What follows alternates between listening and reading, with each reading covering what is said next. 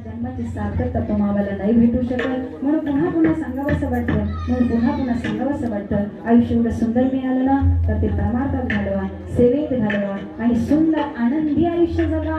आणि या आनंद आयुष्याचा एकच मंत्र माय बाबू, एकच मंत्र, विठ्ठल विठ्ठल तुम्ही म्हणावे रुबेरा, विठ्ठल विठ्ठल तुम्ही म्हणावे रुबेरा, विठ्ठल विठ्ठल तुम्ही म्हणावे रुबेरा, विठ्ठल विठ्ठल तुम्ही म्हणावे रुबेरा.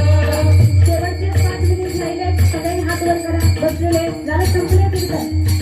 प्रेमाने बोला, तुम्ही लाजायचं नाही. फक्त तुम्हा करता भजन करा, आजीत करता भजन करा. एक साथ टाळी वाजवा.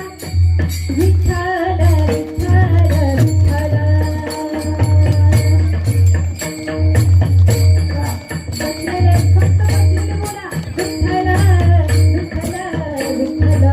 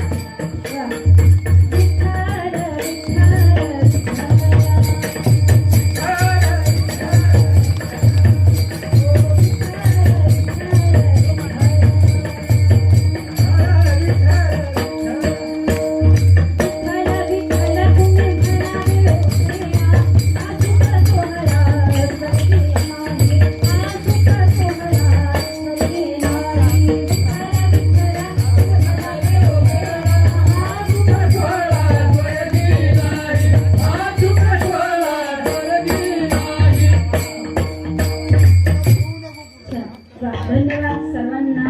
दर्शन घेते, सर्वांच्या चरणाशी नतमस्तक होते.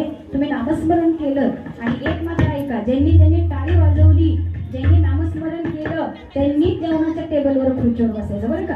ज्यांनी भजन केलं नाही, टाळी वाजवली नाही, त्यांनी असं फुलं टाकायची ना आपलं हा मार्ग धरायचा. कारण ज्यांनी भजन केलं त्या भजनाचा उपयोग आजीच्या आत्म्यासाठी होता, ठीक आहे ना. आणि आपण आजीच्या श्राद्धाचं जेवण करतोय, जेवणाची भरपाई तर दिली पाहिजे ना. हॉटेलमध्ये गेल्यावर फुकट खाऊन बाहेर येता का?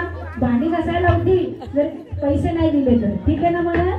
मग तशीच ही एक देण आहे. त्यामुळे ही देण आपण आजीला नामस्मरणाच्या रूपामध्ये देत आहोत. त्यांच्या आत्म्याला चिरशांती लाभो हीच भगवंताच्या चरणाशी प्रार्थना करू. आणि पुनश्च एकदा या